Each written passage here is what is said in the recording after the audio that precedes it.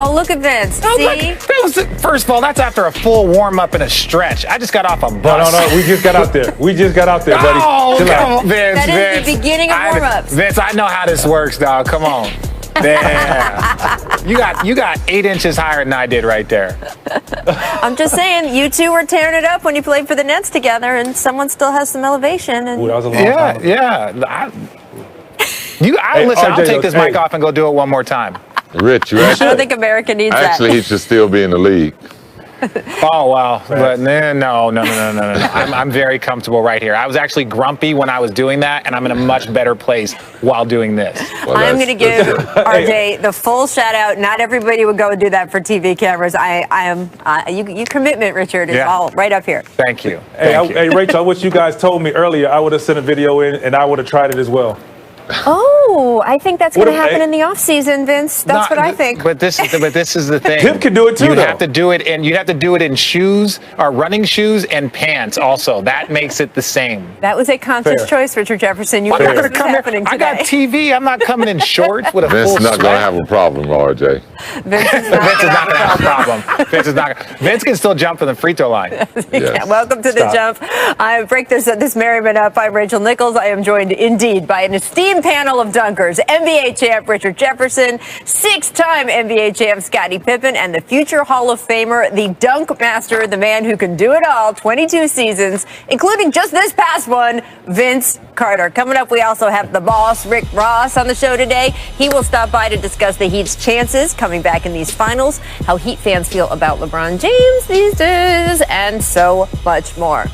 First, though, we got some relatively big news coming out of China, where CCTV says it plans to televise Game 5 of the NBA Finals live. Now, normally that wouldn't be huge news, except this is the first game on broadcast television in China in more than a year. It was, in fact, 1 year, 5 days ago, when Richard and I were in China as the reaction to Daryl Morey's tweet. We were on a plane. We didn't know if we were going to get off. Yeah, there you go. But in fact, they are playing these NBA Finals, and people in China will see it. They will see Rajon Rondo as well, because he has had quite a journey to get to this point. He sat down with me. We discussed the fact that he almost retired a few years ago. We talked about his future plans and what this title would mean for him. Take a look. So the closing game, when you are trying to win a championship, is always the hardest. What do you expect out of Game 5? Everything. They're a scrappy team. I expect the way they played in Game 3. Come out even more scrappier, Jimmy more aggressive. So we're going to get their best shot. We have been, all series. Your ability to look at film, to break down schemes is legendary. I have been on the sideline and watched you point out to an opposing player, oh, no, you're supposed to be over there. What do you see in guys' faces when you do stuff like that, or you call out the names of their plays and they realize that you've got their number more than they do? It's obviously understanding, when you feel the sense of fear of someone, no different from when you obviously know their scout or know their play. So I like to actually try to mess with the coach's mind as well, understanding what they're trying to call, or they're trying to disguise a play, knowing just from the setup that they're in to be able to disguise it, call it out to my guys, and give them the answer to the test, basically. So people do call you a coach out there on the floor, but when you were hurt, Frank Vogel actually made you a coach. It wasn't ceremonial. You were in the assistant coaches' meetings. You were game planning with them.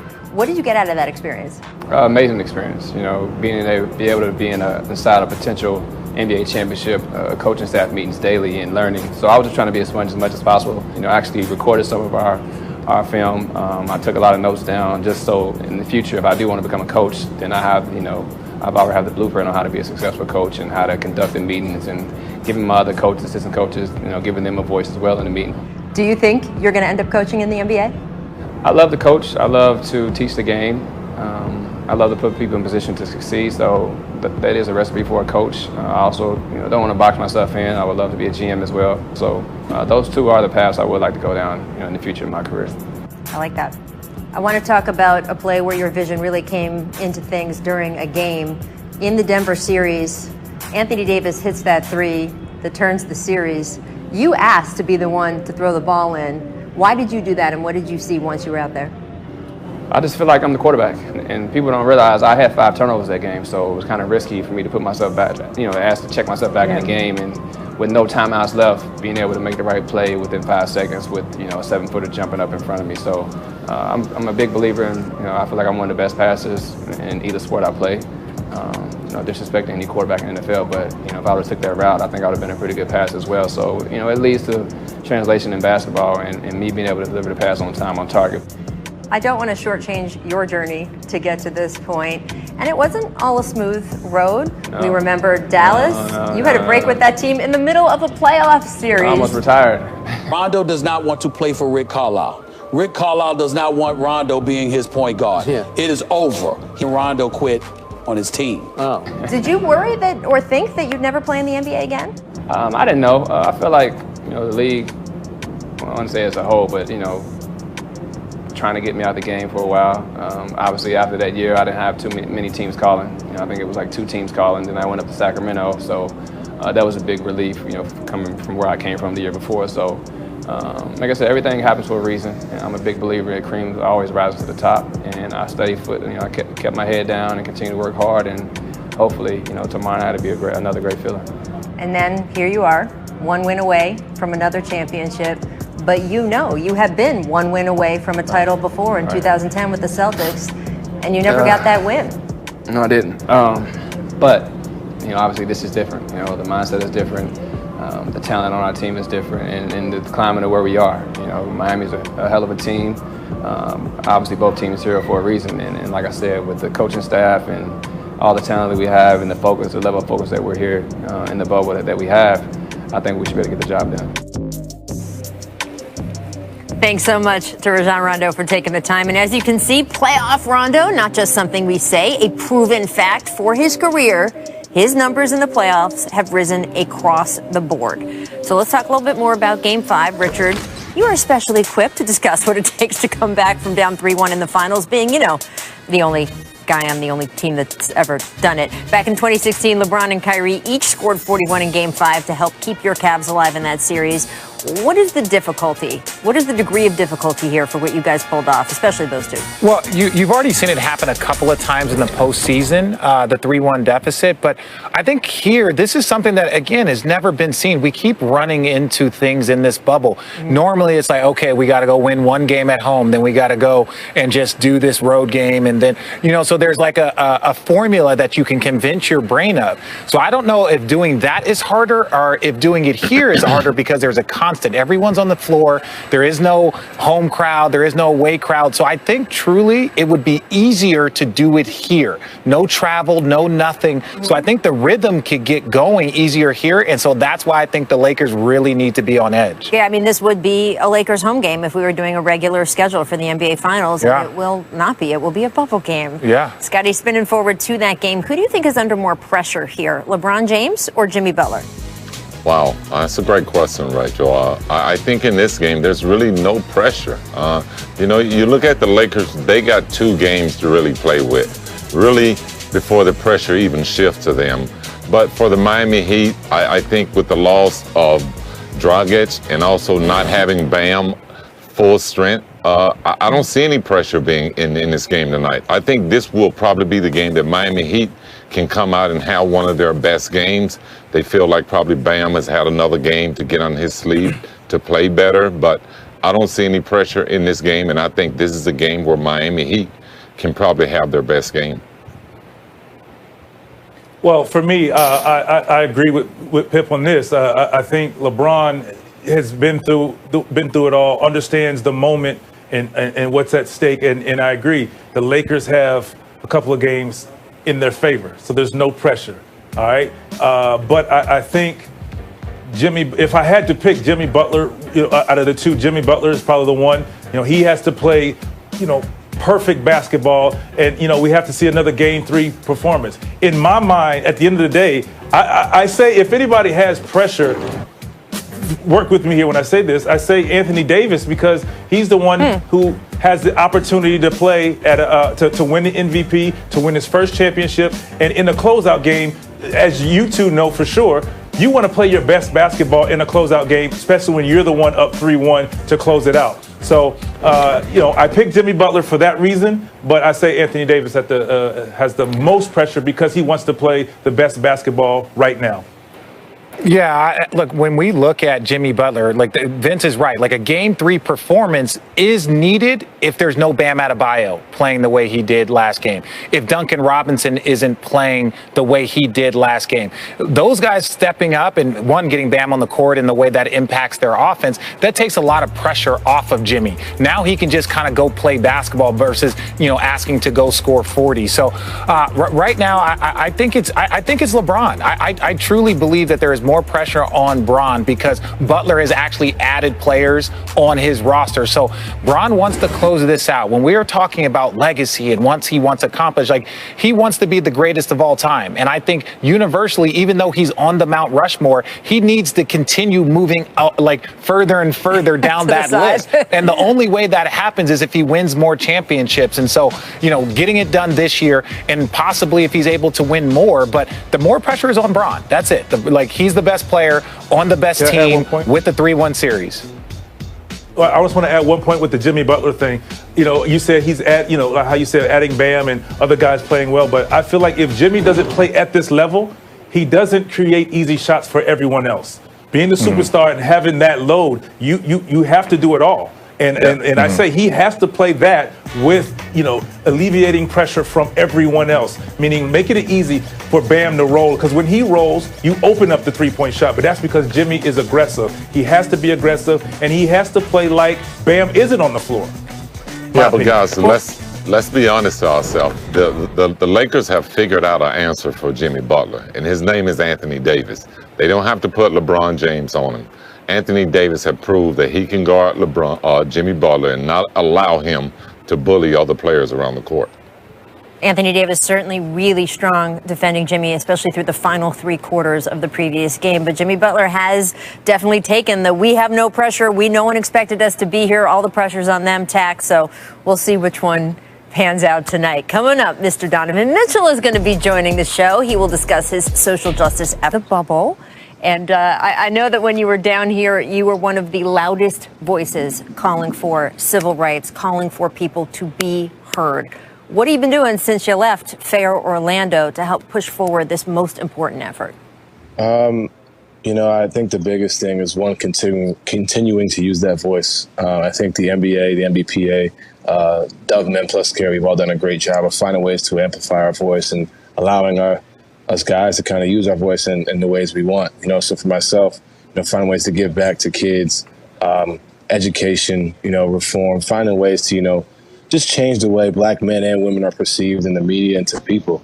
We're not a threat. We're equals. And I think, for myself, just continuing to find ways to inform and help people understand more about our history as African Americans, and also, like I said, the fact that we aren't a threat to society. Absolutely. I think one of your coaches said there was a player who was pulled over for being suspicious. Being Black is not being suspicious. It's an important message that you guys amplified here in this bubble. Frankly, better than a lot of people expected you to. They were worried about the distraction of basketball. You guys turned around and used that as your advantage, and I know are only continuing now and with this campaign. So I'm very grateful for that, as are a lot of people, Donovan. I do got to ask you a little bit about basketball, though. Has your team gotten over that Game 7 loss to the Nuggets? Because, that ball went in and out, and I don't have to tell you. It's funny. We actually just had a call earlier today, and I think the first thing we all talked about was that we're not over it.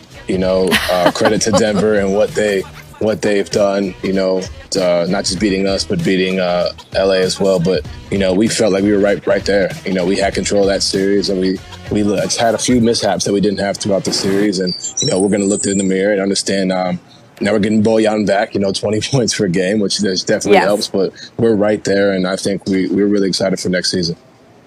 Yeah, I mean, look, if that Mike Conley shot had gone in, does it make you think, as you are watching the next series and you do see the Nuggets that you were right there with take down the Clippers, do you start to run through your head, that could have been us, that could have been us? 100%. But I think, when you live in that mindset, I think it's kind of, it fuels you. It fuels me, watching, obviously I'm close. I'm pretty cool with Jamal. We've known each other since high school. So watching him play and watching him do things, I'm like, wow, I could see how I can incorporate that into my game. I think Jokic, watching them, Jeremy Grant playing well. Those guys really did their thing. But at the end of the day, it really kind of pisses you off. I'm not going to lie, where it's like, man, we were right there. At the end of the day, like, that's what it is. We're right there. And, I think for myself and a lot of the guys on the team, all the guys, I should say, and coaches, we're ready to go. We're ready for the season to start next month if it had to. And I think we're fired up, and I think that's the proper mindset to have. Well, I don't have great news for you about next month, but last month was pretty good for you. You had a couple of 50-point games. You averaged more than 36 points per game in the postseason. Do you expect that scoring surge to be such a big part of your game and carry over to next season? I think, it's going to be tough to average, 36, 37. But I think the biggest thing, like I said before I got down there, was, being a better playmaker overall, whether that's continuing to score, finding guys. What I'm most proud of is the fact that, I know it's maybe a small increase, but the increase in assists for myself, finding ways to get to possibly 6, 7. Obviously, we have multiple ball handlers, so it's a little bit tougher, but understanding that that's where I'm at, picking up on the defensive end, finding ways to continue to elevate my game and be a leader for this team. Well, your Jazz coaches have said from day one that you walked in the facility, no one has been more dedicated to breaking down tape, so I know you will be poring over every frame, getting ready for next year. I do got to play America's favorite game with you, Donovan. We like to play here at The Jump. What were you thinking? You can tell us what went through your mind during these highlights. So my first question is, what were you thinking when you kept running into your friend Jaylen Brown inside of the bubble? Because it was constant. It was quite a bit. Man, so, Jaylen and I, we play Team USA together. So we see each other all the time, and, we kind of made it into a thing, and kind of when we saw each other recording. There were times where I was like, bro, like, I'm eating food. Like, don't record me right now. Right. And then there are times where he's in the cold tub and I'm messing with him. But I think it's just all fun and games. But it was cool to just, like, I think that was part of the bubble experience. It felt like a big AAU camp where everybody was there together. And, I think that was pretty great. I did like that. Won't leave me alone. Only in the bubble. Only in the bubble. Only in the bubble. What were you thinking, Donovan Mitchell, when you jammed it past Michael Porter Jr.? This is from Game 5. You exploded with this dunk. What was going through your mind? I didn't even know it went in. To be honest with you, I just, it was one of those things. If I had taken the layup, I felt like he had the advantage, him being 6'10". So at the end of the day, there are times where, you just have to finish through people. And I think that was one of those moments. We had given up a 15-point lead at that time. So for myself, it was kind of a way to make a statement like, look, we're not letting this happen. Obviously, we did let it happen, but like that was really just the mindset to kind of give my team a surge. And but I didn't even know it went in when I made it. To be honest with you. I don't know if they make posters like they used to, but that would be a poster. I'm definitely gonna have that one. All right, see, good. We can do a homemade poster. We can make a poster. I do need to know what you were thinking, Donovan, when the ball landed. Well, it landed somewhere very special to you earlier this season versus the Kings. You tried to take a charge. Not only did you not get the call, but the ball landed right on you, and it became, I think this was across the internet for like 6 months after this. And of course, your teammates relished it for some reason. I don't know. All I heard was my assistant coach, Johnny Bryant, told me to get up. That's why I looked at the bench and started smiling, because I was just like, you got to laugh that one off and get back to it. But he was always pretty tough on me. And he told me to get up. So that was the only thing I heard at that time. I'm just going to say that we hear all about how close-knit you guys are, all that teammate love, and Joe Ingles was just openly laughing at you. So Joe, but see, the thing with Joe is like, he's always finding ways to make fun of me. He's just always a jokester. In that instance, he let me know about it tomorrow. The next day, the day after that. So I know the internet had it, but I didn't hear it. I didn't forget it in the locker room either. So I am sure. Well, we wish you only good highlights ahead, a good off season, and we too are excited to see you get back on the court next season as soon as that happens. Thank you so much, Donovan. Always good to hang out. Thank you so much. I appreciate it, Rachel. Coming up, we'll talk about whether the road to a title is easier or harder in the bubble compared to 44% in a regular postseason. So, Scottie, do you think the road to winning a title for the Lakers or the Heat is easier or harder than in previous years? Well, I mean, I got to say it's a little bit easier. I mean, when you look at the fact that they are on one ground. They're not having to get out and do any traveling, so they have access to these players 24/7. They could call a practice at 3 in the morning. They could call a team meeting. So I definitely see that it's a little bit easier. But not only that, when you look inside of these arenas that these players are accustomed to playing in, the great shooters are the ones that stand out, the ones that can shoot shots and not be affected by the depth perception inside of an arena. And I see inside of that bubble that I see walls. I see things that are not distracting these players. I see players that are not known to be great shooters throughout their careers are now stepping up and making shots. So I do believe that it's an easier task playing inside of the bubble because I think they're playing inside of a shooter's gym. I'm gonna go to the other side. I think it's tougher for the simple fact. All of the things that Pip you said, I agree with 1,000%. A little easier. You don't have to worry about going to play like in Utah, in Boston, in some of these rowdy places, you know. But you look at today's game. The mental side of it is tough. And who can, you know, my question was, what team can come together the quickest in the beginning and get it going? And I felt like because of all of there's no distractions, but after a while, you get tired of looking at the same four walls. You get tired of going to the same place, seeing the same people, the person you play against all of the time. All of these things, it's just, and then for me, I think I would have struggled in the bubble, particularly early on, wanting to see your family. Just think, after a two-week road trip, guess what? We get to go home. Well, 3 months for these guys, they have to continue to play and figure out how to stay focused. And you're asking young guys to stay focused and do what you need them to do. So I think as far as that's concerned, that is the challenge for these guys, particularly older guys. Like for us, so imagine you guys being in the bubble with your kids. Like younger guys, they don't have to worry about that. I would miss my kids after a while. Like I want to see my kids, and luckily for me, I have golf. Pip, I know you golf as well, so we can go golf and get away from it a little bit and kind of refocus because you get to see the scenery and get away from the game. But all of these guys can't do that, and you're asking them to kind of focus in. So that's why I say it's a little tougher. Yeah, I like everyone has brought up great points. I think the mental aspect of this has been far difficult because the more you play, the more you're away from your family, the more you're kind of eating the same food. And the NBA has done a great job of trying to accommodate and making this as comfortable of a situation. That's something that I applaud. But if we're purely talking about basketball, just to see that 51% of the road teams have won, that is something that we would never, ever see in an actual basketball normal series. So by that definition, it is a lot easier to be the underdog because you work for 82 games to get home court. So you have game 7. So you know the percentage of winning game 5s when the series tied 2-2 is like you win 70%. All of that has been thrown out of the window. And so I think it's been a lot easier for teams physically and from a game standpoint, like Scottie talks about good shooters and the backgrounds.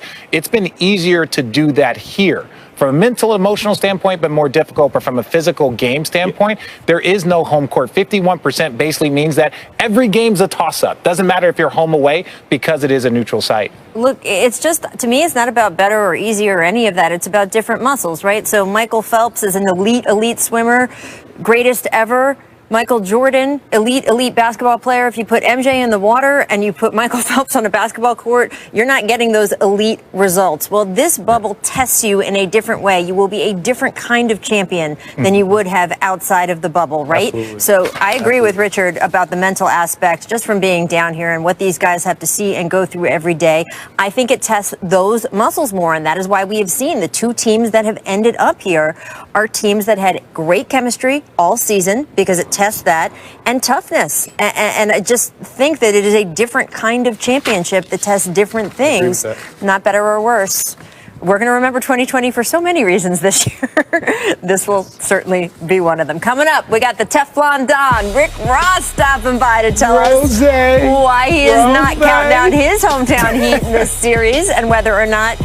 We are all thrilled to have the one and only Rick Ross here with me, Scottie, Vincent, Richard. Latest album is titled Richer Than I've Ever Been. Welcome to The Jump, sir. Thank you. Now, before we talk to you about your Miami Heat, Vince Carter does have a question he's been dying to ask you. Please. Well, I'm a Florida boy representing Daytona Beach, Mainland High School. You're a Florida boy from Miami representing Miami, Carroll City. I support my Florida boys. Man, I'm looking for a shout out on an album, bro. I haven't gotten one yet. I ain't heard if Vince Carter did.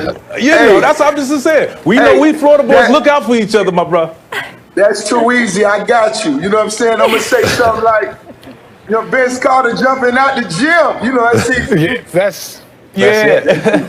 I mean, Vince, I don't want to start anything, but Rick did shout out Scottie on the track 16. Rick, can you do the verse for us, the floor seat one? Hey, he's legendary. He could do that.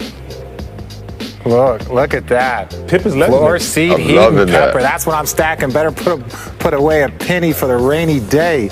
Living like Scottie Pippen, dribbling riddles for vittles? For vittles. For vittles. Yeah, see, that's a Southern word, vittles. That's a Southern word right there. Yeah, for sure. Yeah, that's a gotta get vittles, baby. I hear you, baby. It's all good. You gotta eat. That's it. I didn't even want to count the number of times Scottie's been shouted out. It's got to be well into the hundreds by now. I do want you to shout out your Miami Heat, though. Millions. That's right. Absolutely. I appreciate the love. Better believe it. It's well deserved. I do want to ask you about your Heat tonight, Rick. Are you feeling good about Miami's chances of winning tonight, extending this series? I'm extremely confident, extremely. Well, the question I have is, the question I have for you, Rick, is this. I understand the connection to Bron in Miami, and I know that the Heat fans aren't rooting for Bron, but do the Heat fans still actually root Bron? Do they still have love for him? Yeah, we do. Okay. I mean, what kind of fan are you if you aren't loyal to your past? Mm-hmm. That's not really being a fan. If you only a fan when you win in the rings and not after they move on, that's not a true fan. Mm-hmm. All right, so I'm giving Rick, I'm giving you a panel with some of the greatest basketball players to ever touch the rim. And me. And Richard Jefferson. Do you have any questions for our all-star panel? There are people who would ask Scottie Pippen or Vince Carter or Richard Jefferson anything you want. Stick with the other two. Okay, I understand, I've always been an underdog, in my field. I love being an underdog. To me, it's, it's the position Jimmy Buckets in, a.k.a. Jimmy Jesus. Being that underdog. When I think of Scottie Pippen, I don't necessarily think of an underdog, but, what made Scottie who he was, Scottie could have been drowned out by the talents of Michael Jordan, by the excitement of Michael Jordan, and that never happened. That speaks volumes for what Scottie Pippen did on the court. And it's a lot of times, we watch Scottie make plays and, I just sat back and was like, wow, you know what I mean? Would this even happen if there was no Scottie?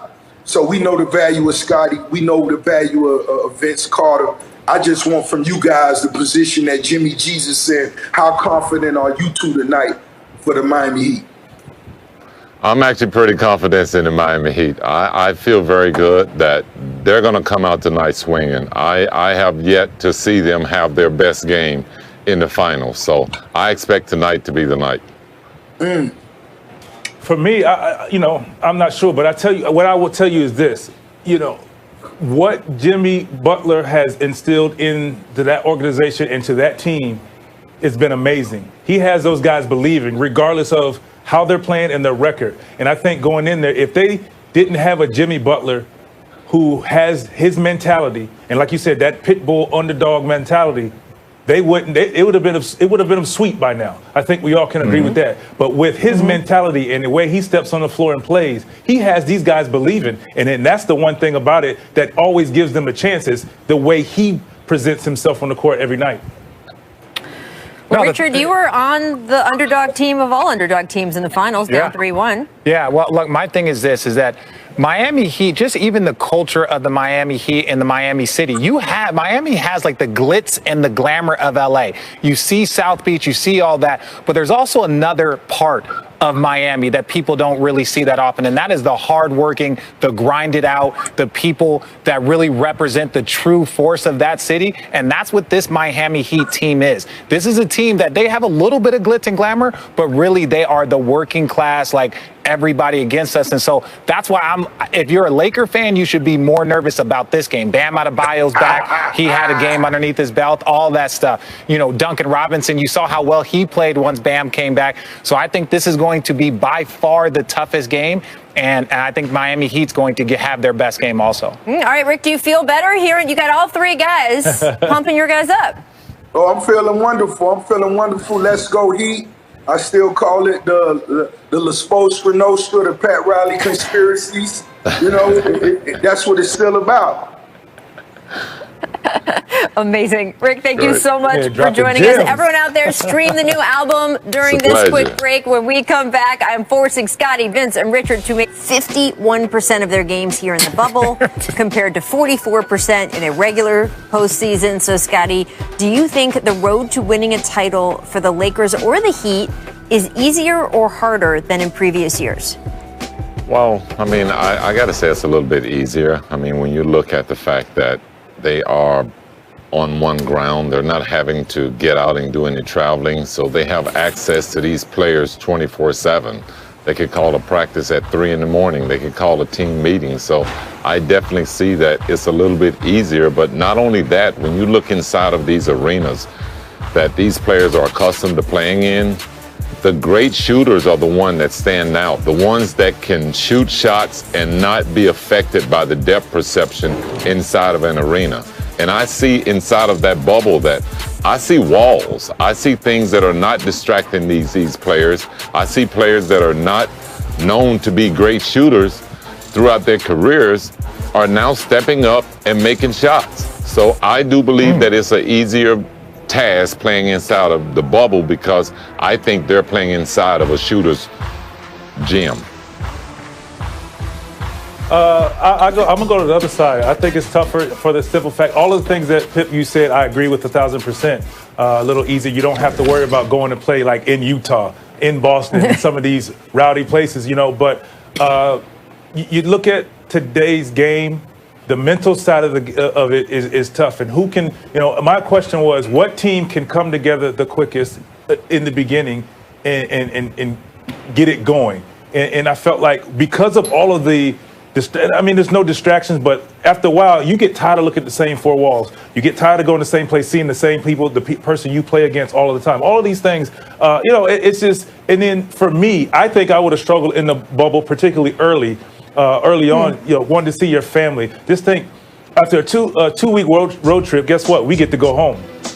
Well, 3 months for these guys, they have to continue to play and figure out how to stay focused.